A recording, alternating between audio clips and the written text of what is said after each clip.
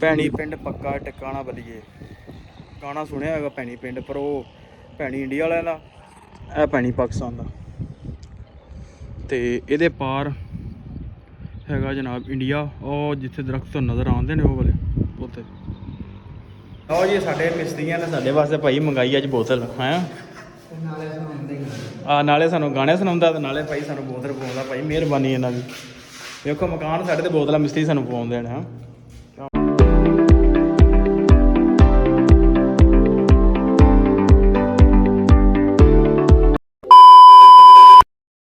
अस्सलाम वालेकुम जी, की हाल चाल। उम्मीद करदा कि तुसीं सारे वधिया होगे। अज दे नवें दिन ते एक नवें व्लॉग च सारे भरावां नूं वेलकम आ, स्वागत आ, जी आन आखने आ।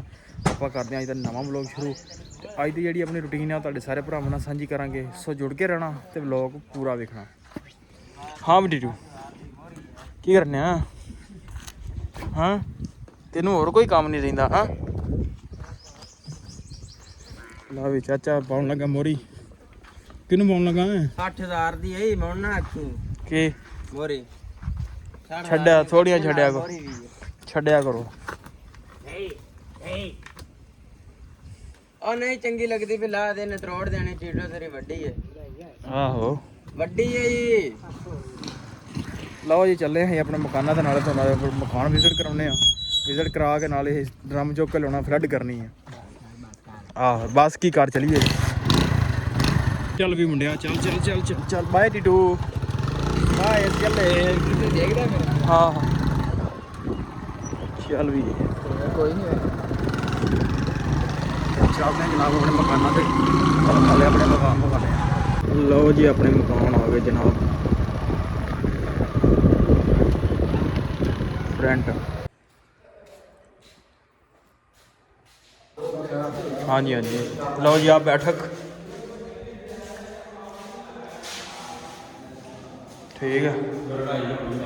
रगड़ाई तो होनी है पहले चौधरी साहब, रगड़ाई होनी है। लो जी अपनी बैठक आ गराज।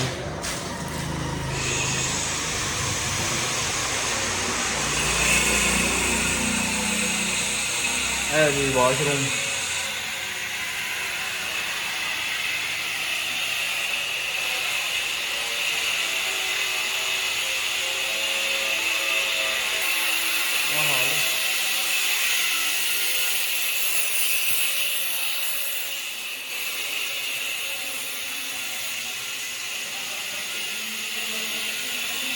किचन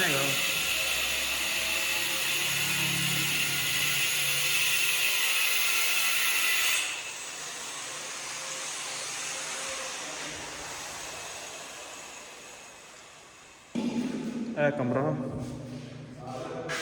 पिछली साइड पे।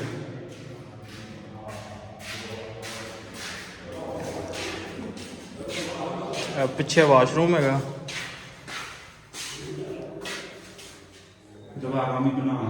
है बन गई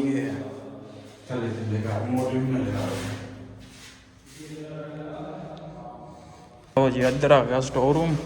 है पिछे दूसरा कमरा। आ स्टोर रूम खाली। आहो लो जी आ दूसरा कमरा जी अपने को जाएगा।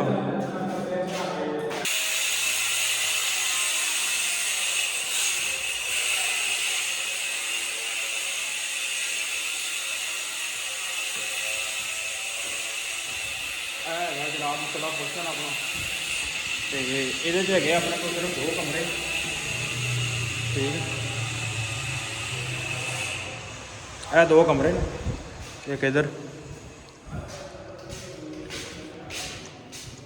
है बाहर।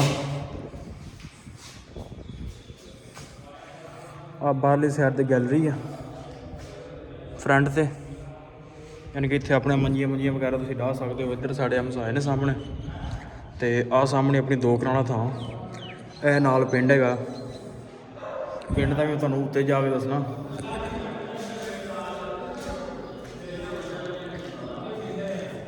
यह उतली साइड ते वेली जगह अपनी बरांडा वगैरह जिथे असीं बना सकते हैं। इस साइड ते अपना है वाशरूम।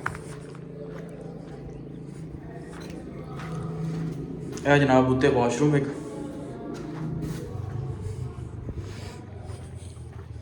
ਆਏ ਸਾਈਡ ਤੇ ਕਿਚਨ ਦੀਆਂ ਗੱਲਾਂ ਸਲਾਪਾਂ ਲੱਗਣੀਆਂ ਨੇ। ਇਹ ਉੱਤੇ ਕਿਚਨ,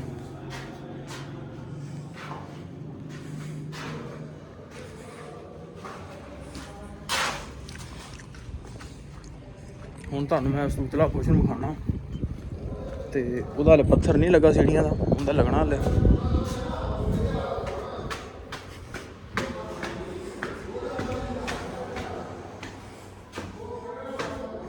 ਇਹ ਬਣਾਈ ਹੈ ਜਨਾਬ ਮਮਟੀ।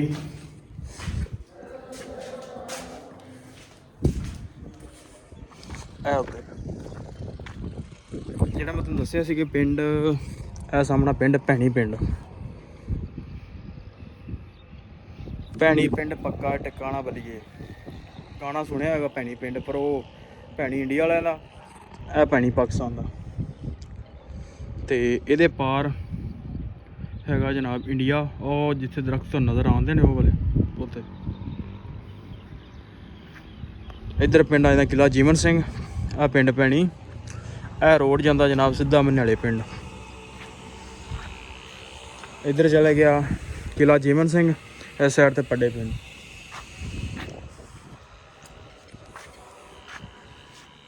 ਲਓ ਜੀ, ਆ ਗੋਲ ਮਿਲਾ ਕੇ ਆਪਣਾ ਘਰ ਆ।